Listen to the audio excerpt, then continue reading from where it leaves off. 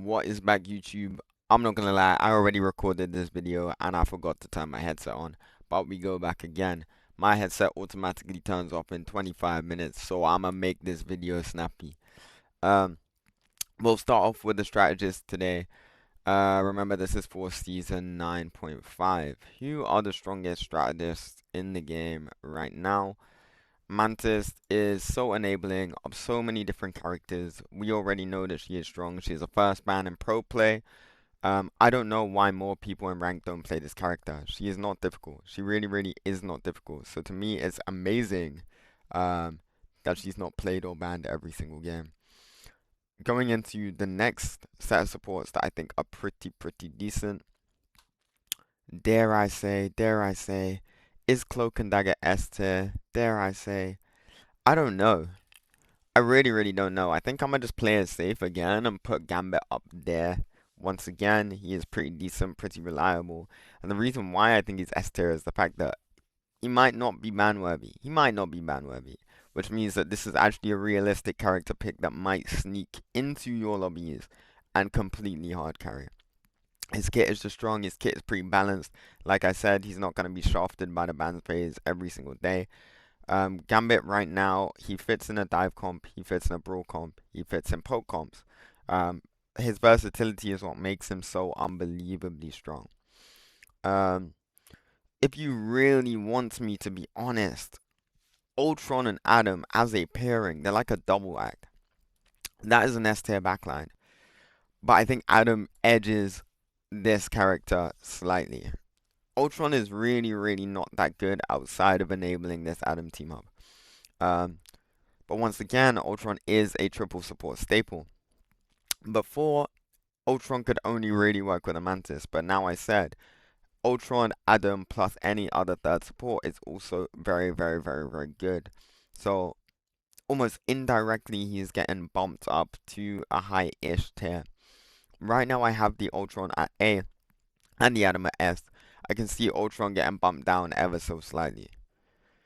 Thinking about another support, agenda aside, Cloak and Dagger is really good. Cloak and Dagger is really, really good. That hood team up has changed everything for her. What I've noticed is a lot of dive characters in this game right now are not that great. A lot of angle-based characters can come from poke as well. Which means if you are playing on a certain map that has absolutely no width, no wide lanes, Cloak and Dagger with that hood team up is going to be able to hard carry everything.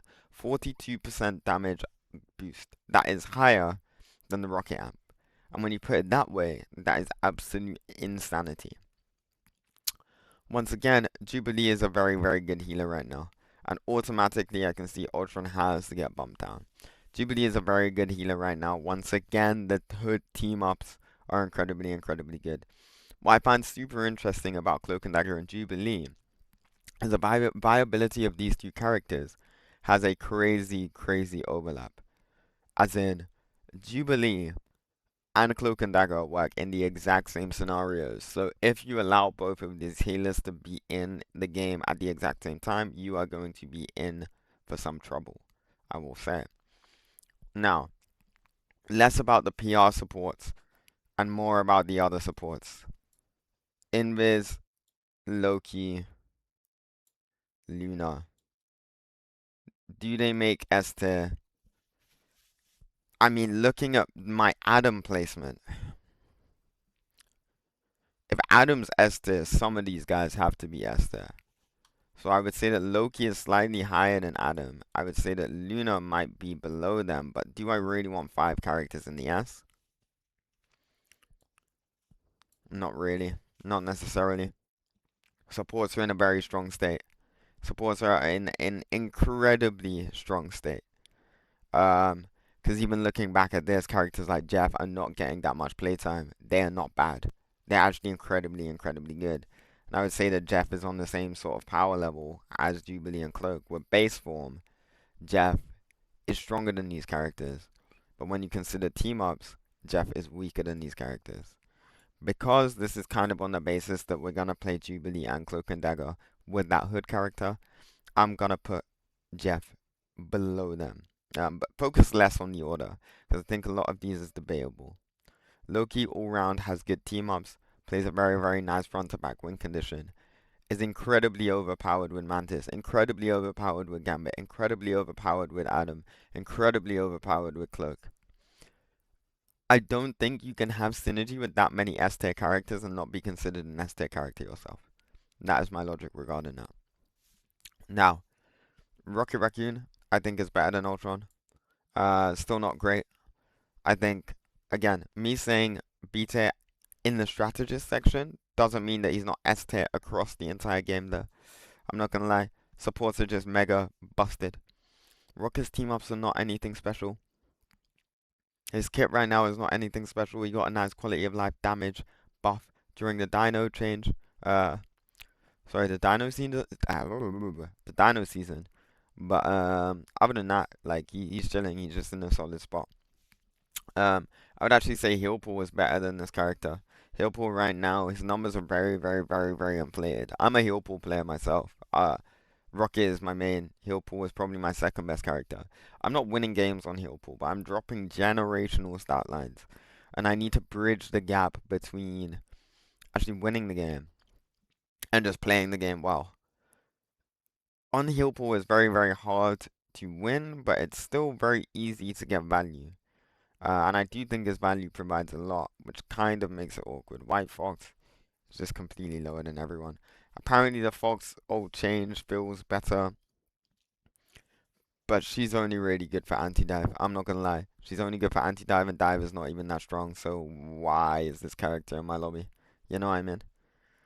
Right now, I really, really like the look of that tier list. Just so you know, everything up until Cloak and Dagger is like completely mega broken, unplayable, busted. Okay. Um, so just because Cloak and Dagger is that low down doesn't mean I'm disrespecting Cloak and Dagger at all. I think that character is a joke right now. Cool. As you know, the drill. Every single time I move these characters back, I just plug myself. Remember, I am also on TikTok. TikTok is actually my biggest platform. If you haven't subscribed to me here, please make sure you subscribe to me here. But also check out my other platforms because the quality and type of content are completely different across my platforms. Um, I pretty much have a different fan base across the different platforms because the contents of which I post are very, very, very different. Um, Now going into DPS, that Black Cat character, Lord have mercy. That character's a joke. That character is a massive joke. Oh, I've accidentally. Okay, cool. Yeah, I mean, nothing much to say about that. That character is the best character in the game. Let's start with the underrated ones. The underrated ones, Storm, in her position, is the exact same character as Cloak, right? In her position, she is very, very good. We saw the Storm character completely roll over the LAN um, event, the big $1 million tournament that we saw. That character is really, really strong. Don't let anyone tell you otherwise. Elsa, I'm not a believer of the Elsa hype as much as a lot of people are. Like, I don't think she's strong. I'll give her a pity S tier, but I don't think she's stronger than any character in S tier. Characters like Hela, better hit scan range. You know, um, plays for better range, does more. Less of a direct goal in her team. So the thing about Hela is Hela isn't really good into any matchup. There's no counterplay or anything like that. But the thing is, the value is very, very, very, very, very consistent.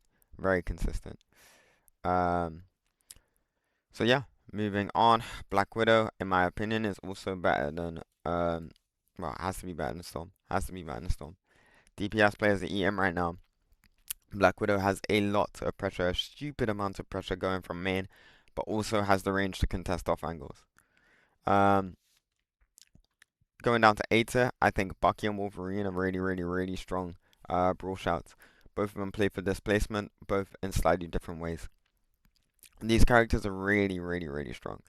And where I'm actually going to put something that's going to be my first controversial move out of all of them, this Cyclops. Cyclops Wolf team up. Cyclops is very good. We're in a hit scan season. We are literally in a poke slop hit scan season. Cyclops is good, like unbelievably good. Um, And people would be quite surprised about that, to be honest. Like, it's just a lot of pressure. It's anti-bunker capability. You know, he's almost fulfilling the role of the Moon Knight whilst also being able to free tap people from across the map.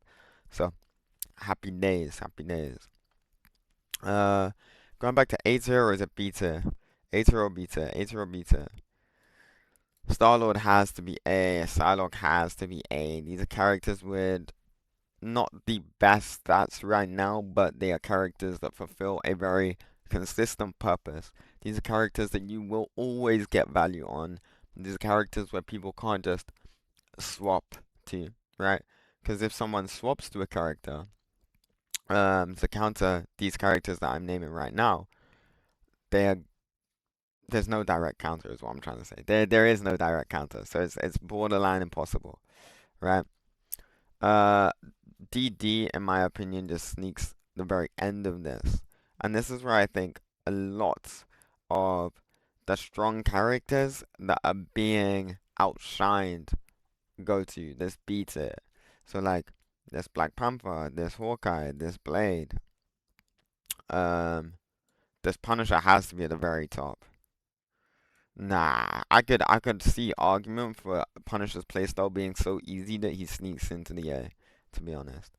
But characters like BP, Hawkeye, Blade, they're really, really, really not bad. Spider-Man goes into S again. Every single season, Spider-Man is S tier. Like, lower end.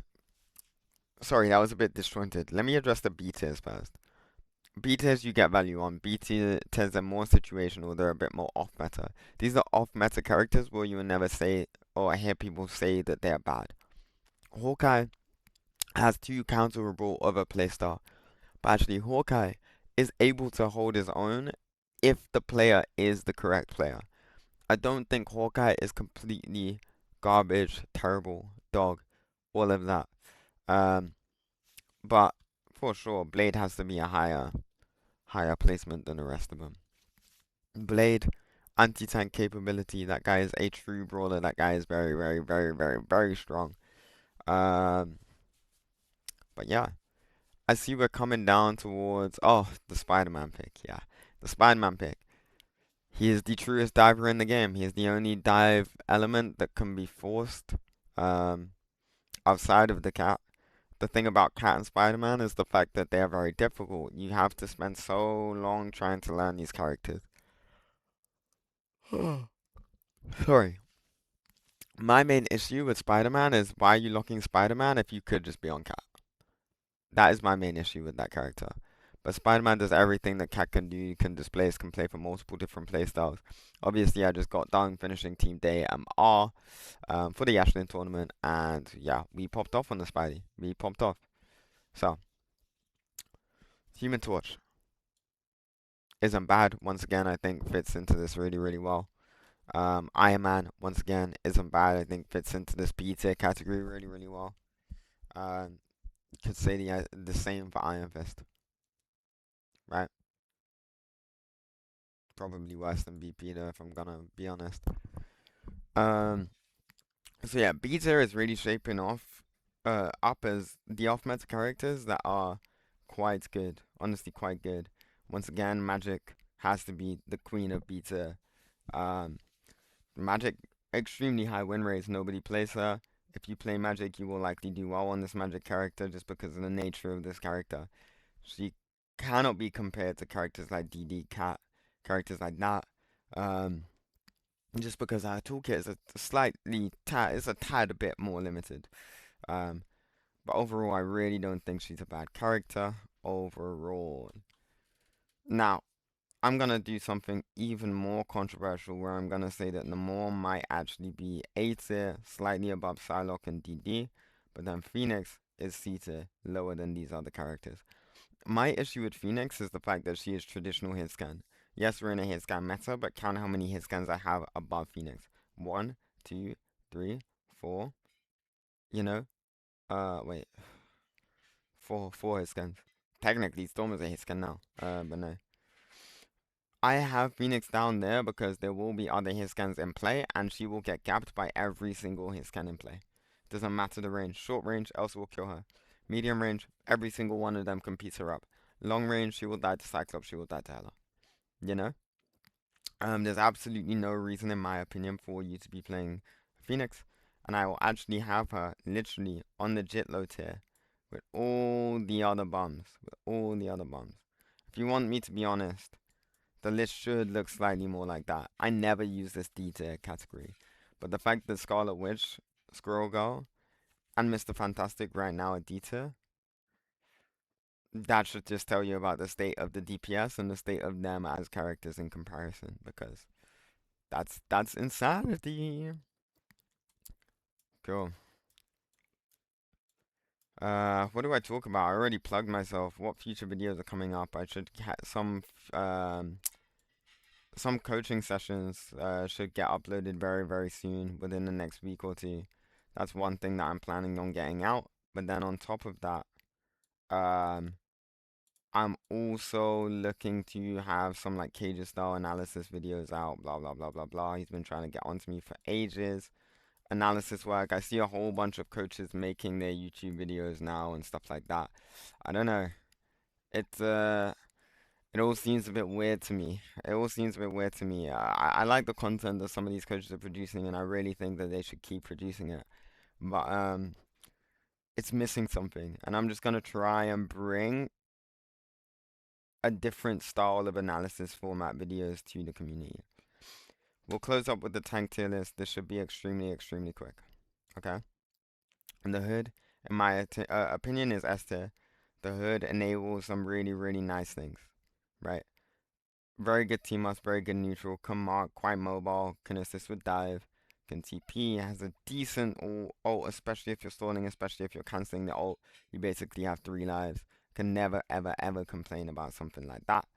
Um, the thing, though, in my opinion, is arguably the strongest character in the game, alongside Magneto, right?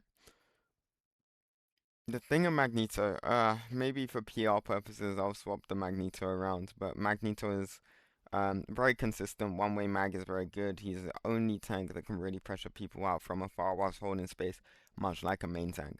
The thing, on the other hand, does not die. He's very good into other tanks. He's very good into anti-dive. The only thing that makes the thing slightly weaker than where he was beforehand was the fact that we're now in a gun meta. People will just shoot the thing. Um, and again, I really, really, really don't think that I can have anyone else in the S tier because everyone else is a lot higher. The majority of my tier list before, I was speaking about how good the tank roll is. This is actually the worst the tank roll has been for a while. The tanks have been very, very, very, very bad, and I actually feel sorry for tank players right now. The reason why they just haven't realized is because they have 3 good tank picks, and no one's ever going to ban out Mag into Thing and blah blah blah blah blah. But Groot is A tier, very strong brawler, very good at what he does. Same with Dino, right? These guys are very good at holding space, soaking up a whole bunch of damage, but also being an old battery for their team. Emma is in the third slot as well, probably the best shield tank as of right now. The thing about Strange is Strange isn't bad, but Strange gets outmaneuvered by Hood, outranged by Mag, outbrawled by Thing, gets walled by Groot, which is just like fly cooldown out. Strange does have a very, very strong ult, but there's so many counters to him right now. So many counters to him right now. Utility off the back of a TP, so you see Strange get played a lot more in comparison to a lot of tanks, or at least picked a lot more in comparison to a lot of tanks. Um, but yeah, Angela. Ugh, jeez, jeez, jeez, jeez, jeez. Okay, let's put Penny in B. B is like the highest she's been for a while now. I would say Penny is even better than Strange. She had a bit of a rework herself. She's not awful. The stun still works fine. Her role in the team still works completely fine. They did got her a tiny bit. She is weaker than last season, but power levels, power scaling wise, she has been bumped up ever so slightly, just because every other tank has gotten significantly weaker. Um, Angela Cap, or maybe Hulk. Hulk might just make the cut. Rogue is now viable with team up, but like Rogue's only viable with team up. They kind of gutted Venom. Venom feels horrible. I'm sure that people are gonna be able to play and get used to the Venom more and more and more and more and more. But as of right now, no Venom player is enjoying that Venom change at all. The 2 second swing cooldown nerf. Sorry guys, now I'm at coffee. But yeah, the 2 second cooldown swing nerf is pretty damn atrocious. I would actually say Thor is in a pretty nah, that's PR. Thor is also not in a good spot. Cap is also in a horrible spot. I think this character sucks. Angela is also not in a good spot. Is worse than Venom as well. Like yo, every single time I make a tier list, I always say like I feel so sorry. No, that's a lie. Every time I make a tier list, I say, "Ah, you guys are laughing. Tank roll is busted. You guys are broken. You guys are so good. Like you guys are very very strong." But in comparison, where I'm saying that half the roster is like S tier on DPS, half the roster is S tier on support, and then I say, well, you have three actually good tanks, you have three decent tanks, and then there's Penny. Um, that's kind of rough. I might even put like tank pool down in bottom A just because at least he's a character, he can do stuff, but even the range nerfs feel really, really, really, really bad. Um, if you were to hear about where I was to put DPS pool, because I know I didn't put DPS pool down in the tier list, I would say he's probably around B or C tier.